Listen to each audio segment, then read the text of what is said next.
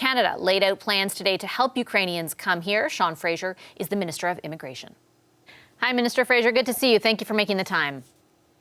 Pleasure to be here as always. Minister, I listened to your announcement today, and you were clear that you hope to expedite the process by making these changes for people who want to be able to come to Canada, fleeing Ukraine, fleeing their homes. How much faster is it going to be for them to do so? So look, let me first say that we put in place a process starting January 19th to expedite cases that were already in the system. And we've seen 6,100 Ukrainians since the beginning of this year already arrive in Canada. The new system is going to take off a lot of the barriers that would normally lead to a person's refusal and allow us to process people as quickly as possible. We expect that system will go live in about 2 weeks, and we'll be able to get people here very quickly. But in the interim, I'd remind folks that the existing applications are still being prioritized on an expedited basis so we can get people here as quickly as possible. So my understanding is that I think it was 6,131 you said this morning is since January 19th. So it's taken about a month and a half to get 6,000 people here. What is your, let's say the new program is starting right now. Would it take another month and a half to get another 6,000 people here? Because there are 1 million people leaving. Of course, not all of them want to come here, but there are 1 million people who need new homes. Well, look, you hit the key point. We don't know who's going to want to come to Canada. There are a significant number of people who have a connection to Ukrainian Canadians, with more than 1 million Canadians claiming Ukrainian heritage. But that's why we used a demand-driven system. The new pathway that we've established is built on the system that we would usually use to process tourists. We chose that because there's incredible horsepower. It's a system that can typically handle 2 million or more applications in a given year. So by using this system that has that power behind it and ripping off all of the elements that would normally lead to refusals, we're going to be able to handle large volumes if we see them. But we don't yet have an understanding of how many people are going to want to come, because so many people have access to a durable solution elsewhere in Europe. It'll be really challenging for us to figure out, until we start seeing the applications come in, the precise number of people that will be coming to Canada. And I just want to make sure I understand what you're describing. So the pathway, like the application process, would it be different than any normal immigration application process? And I understand some of the tweaks that you've made and the desire to see those applications go to the top of the pile. But I've also been reading throughout the day about backlogs as of the end of last year that for immigration applications that were 1.8 million applications thick.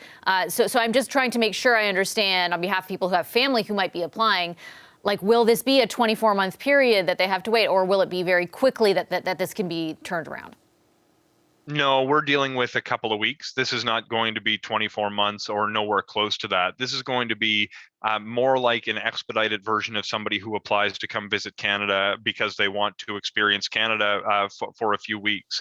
We've made different changes, though. It'll be a simple application form a person will have to fill out, and they'll have to complete biometrics. We started moving biometrics units to the western border of Ukraine, in Warsaw, in Vienna, in Bucharest, and 30 other locations across Europe, so that we can make appointments available easily for people while they're awaiting their application to be processed. They can complete their biometrics and come to Canada. The other advantage is that we created eligibility for open work permits when people arrive, so they can seamlessly transition into an employment situation as soon as they get here, so they can better support themselves.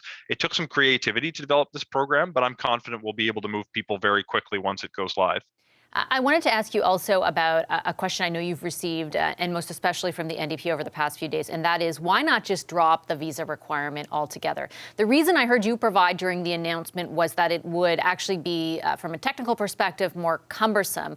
However, when the issue was put before a committee earlier this week, Liberal MPs who voted against the motion to do so said that it was more of a security concern, that there might be, some bad actors, quote unquote, entering because of the drop of the visa requirement. Which is it?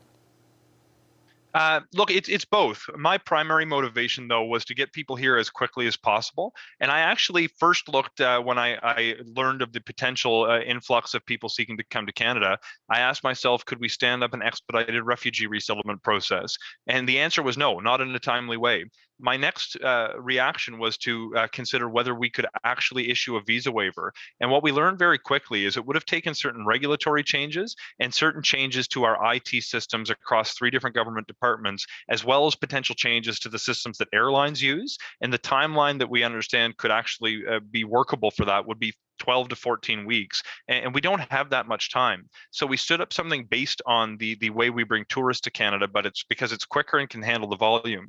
But on the security side, in the Donbass, for the past 8 years, there's been pro-Russian forces actually fighting with Ukrainians, and by insisting on still using biometrics but waiving the other elements of a normal visa process, we're able to get people here as quickly as possible and as safely as possible. So just to be clear, did you have intelligence, for example, showing you that that concern around pro-Russian people, I guess, in the East coming to Canada was a real one? Like, has that been a live issue? Yeah, look, you don't need intelligence to understand what's been going on. It's not been a secret in Eastern Ukraine that there's not that exists, but that they would be trying to come to Canada. It's something that was raised with certain members of the Ukrainian Canadian community with me, but we do take security very seriously whenever we're considering new immigration programs. Visas exist for a number of different reasons, and protecting the integrity of the system is not just some value that's esoteric in nature.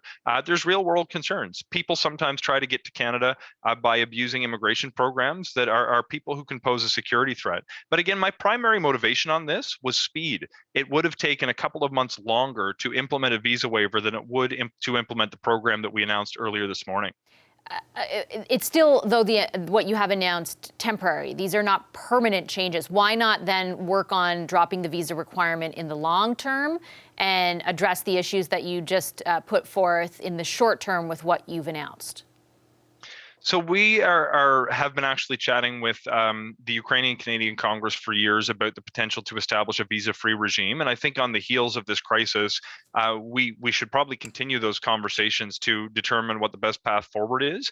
I just didn't want it to get in the way of implementing an immediate solution to respond to an immediate crisis. And just on the issue of temporariness versus permanent stays in Canada, I did want to flag that a second component of the announcement, which is very important, is the creation of a new pathway to permanent residency for Ukrainians who initially come here on a temporary basis to take part in a family sponsorship program that I know the Ukrainian Canadian community is going to be very appreciative of, because the idea came directly from them. And I take your point on that. I know hindsight is obviously 2020, but given what happened in Ukraine in 2014, given the advocacy of the Ukrainian Canadian Congress, and now seeing what's unfolding in Ukraine, would it have been wise for your government to probably look at dropping that visa requirement more seriously previous to this?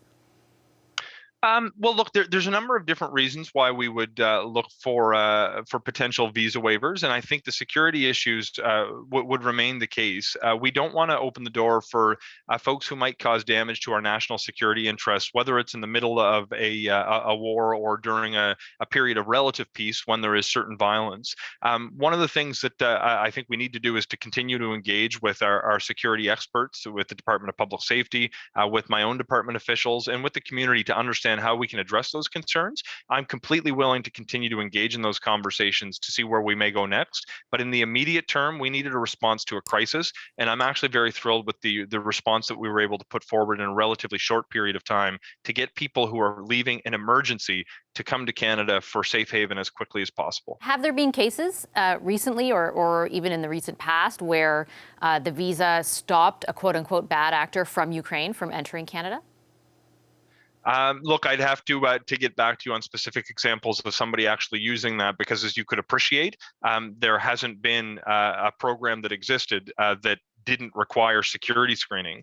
The security screening is a very, very effective process. The biometrics process actually that we're maintaining for this particular process is responsible to identify approximately 80% of the cases that are inadmissible for security reasons are discovered through biometrics. So think fingerprints, photographs, so we know the person that we're dealing with. I'm not aware of cases where we've had this security measure in place where someone from Ukraine who might be a bad actor has come to Canada, and I think it's important to realize that we haven't been dealing with a visa-free situation over the past number of years. Yeah, no, I'm asking the counter. I'm basically asking the counter. So if your argument is that it is to keep bad actors bears out and that is necessary in this particular situation, has it already done that? Is there evidence to prove that's the case? I don't have an answer as to how many people may have been deemed inadmissible for security reasons. There's quite a few people in the ordinary course from different countries each year where, in fact, we do stop people through the use of biometrics. I don't have the precise numbers for you on a country-by-country basis, but maybe next time we come, I'd come with those numbers for you. Sounds good. Thanks a lot, Minister. I appreciate your time as always. Glad to see you're feeling well. The pleasure's all mine. Thank you so much. Hi, I'm Vashi Capellos, host of Power in Politics. See more of our show by subscribing to the CBC News channel or click the link for another video.